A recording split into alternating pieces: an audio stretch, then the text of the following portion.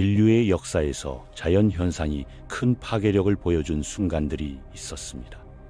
화산 폭발로 문명이 사라지고 지진으로 도시가 무너지고 쓰나미가 해안을 덮쳤죠. 하지만 이런 재앙들도 우리가 상상할 수 있는 최악의 시나리오에는 미치지 못합니다. 과학자들이 연구한 이론적 재앙들 중에는 현실에서 일어난 그 어떤 자연재해보다 더 끔찍한 것들이 있었어요. 지금부터 만약 지구의 자전이 갑자기 멈춘다면 무슨 일이 일어날지 알아보겠습니다.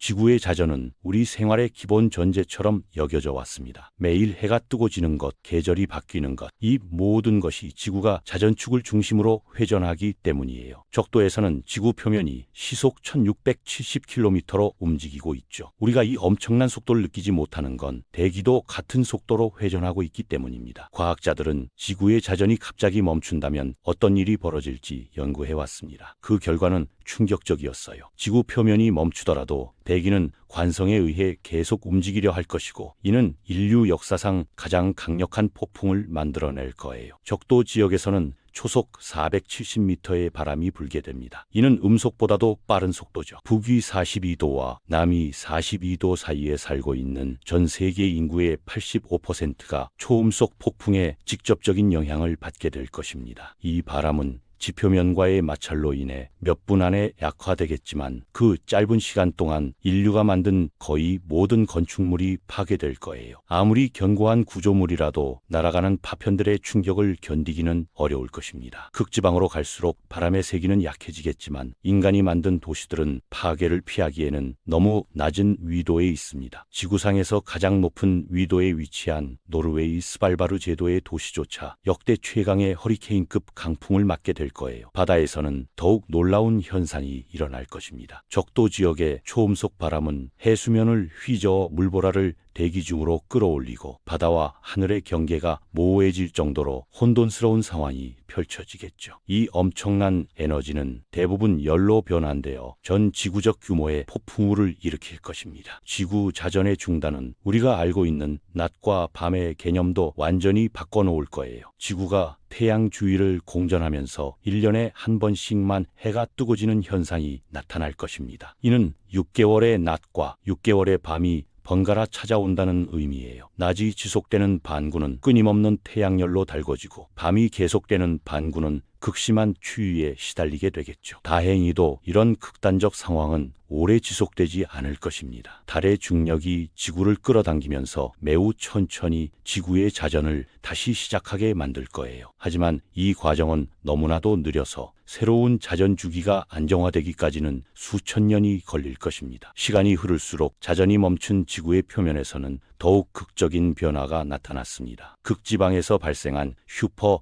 허리케인급 폭풍은 내륙 깊숙이 파고들어 산맥과 계곡을 따라 무시무시한 회오리를 만들어냈어요. 남극 아문센 스콧 기지의 과학자들은 이러한 기상 변화를 실시간으로 기록하며 놀라움을 금치 못했습니다. 특히 태평양과 대서양의 해류 시스템이 완전히 붕괴되면서 예상치 못한 현상들이 속출했어요. 멕시코 만류와 쿠로시오 해류가 사라지자 북반구의 기후는 급격히 변화하기 시작했습니다. 따뜻한 해류가 더 이상 북상하지 못하면서 유럽과 북미 동부 해안의 기온이 급격히 떨어졌어요. 해수면은 적도 지역에서 극지방으로 대규모로 이동했습니다. 적도 부근의 해수면이 낮아지면서 새로운 육지가 드러났고, 반대로 극지방에서는 해수면이 상승해 저지대가 물에 잠겼어요. 이러한 해수면 변화는 전 세계 해안 도시들의 지도를 완전히 바꿔놓았습니다. 대기 대순환도 완전히 새로운 패턴을 보이기 시작했어요. 제트 기류가 사라지고 해들리 순환이 붕괴되면서 적도와 극지방의 열 교환이 극단적으로 왜곡되었습니다. 이로 인해 적도 지역은 견딜 수 없을 정도로 뜨거워졌고, 중위도 지역은 예측 불가능한 날씨 변화에 시달렸어요. 지구 자기장의 변화도 감지되기 시작했습니다. 핵심부의 회전이 멈추면서 자기장이 약화되자 우주 방사선과 태양풍이 지표면에 더 많이 도달하게 되었어요. 이는 통신 장애와 전력망 교란을 일으켰고, 인공위성들의 궤도에도 영향을 미쳤습니다. 생태계는 더욱 심각한 타격을 받았어요. 철새들의 이동 경로가 완전히 교란되었고, 해양 생물들은 급변하는 해류와 수온 변화에 적응하지 못했습니다. 플랑크톤의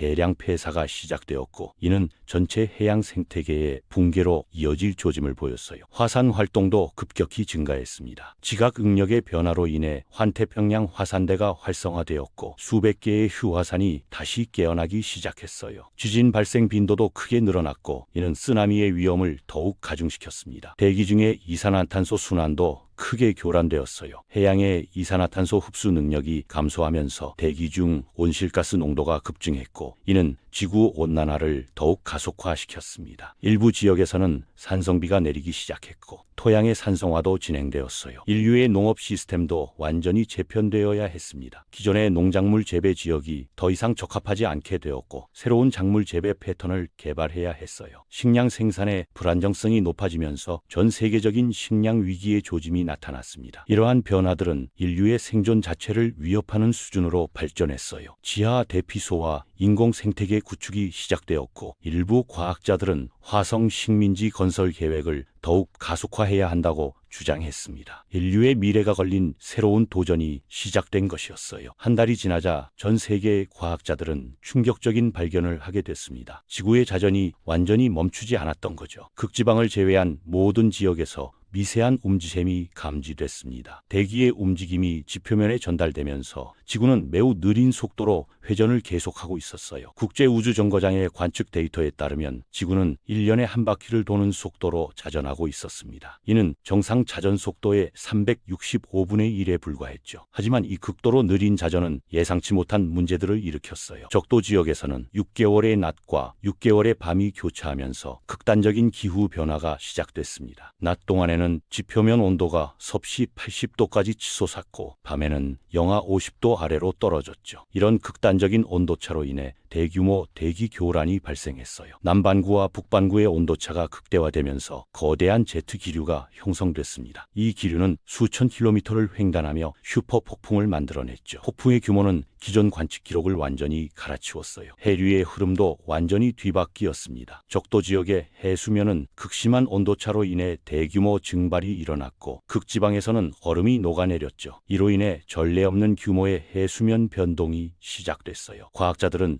지구 자기장의 변화도 감지했습니다. 극도로 느려진 자전 속도는 지구 내부 핵의 움직임에도 영향을 미쳤고 이는 자기장의 교란으로 이어졌어요. 위성 통신과 전력망에 장애가 발생하기 시작했죠. 지질학자들은 지각 변동의 새로운 패턴을 발견했습니다. 판구조론으로는 설명할 수 없는 지진들이 발생했고 화산 활동도 급증했어요. 지구 내부의 역학 관계가 근본적으로 변화한 것이었죠. 생태계는 더욱 심각한 타격을 받았습니다. 6개월간 지속되는 극한의 낮과 밤은 광합성 주기를 완전히 교란시켰어요. 많은 식물들이 죽어갔고 이는 먹이사슬 전체의 붕괴로 이어졌죠. 인류의 생존을 위협하는 또 다른 문제도 발생했습니다. 농작물 재배가 거의 불가능해졌고 전 세계적인 식량 위기가 닥쳐왔어요. 지하 농장과 인공 조명을 이용한 재배 시설이 대안으로 떠올랐지만 전력 공급의 불안정성이 걸림돌이 됐죠. 과학자들은 이 상황이 앞으로 더욱 악화될 것이라고 경고했습니다. 지구의 극도로 느린 자전은 예측할 수 없는 연쇄 반응을 일으키고 있었어요. 인류는 이제 완전히 새로운 차원의 도전에 직면했죠. 극지방 연구소들은 유일하게 안정적인 환경을 유지했습니다. 자전축과 가까운 위치 덕분에 상대적으로 영향을 덜 받았지만 이곳마저도 점차 변화의 조짐이 나타나기 시작했어요. 인류의 마지막 피난처마저 위협받고 있었죠. 해발 1000m가 넘는 심해저 연구기지에서 살아남은 과학자들은 지상과의 교신이 완전히 두절된 상황에서도 연구를 이어갔습니다. 깊은 바닷속 그들의 피난처는 지구가 회전을 멈춘 후에도 가장 안전한 곳이었기 때문입니다. 수압이 만들어낸 자연의 보호막은 지상의 재앙으로부터 그들을 지켜냈죠. 지상에서는 더 이상 낮과 밤의 구분이 사라졌습니다. 태양은 이제 1년에 한 번만 떴다지는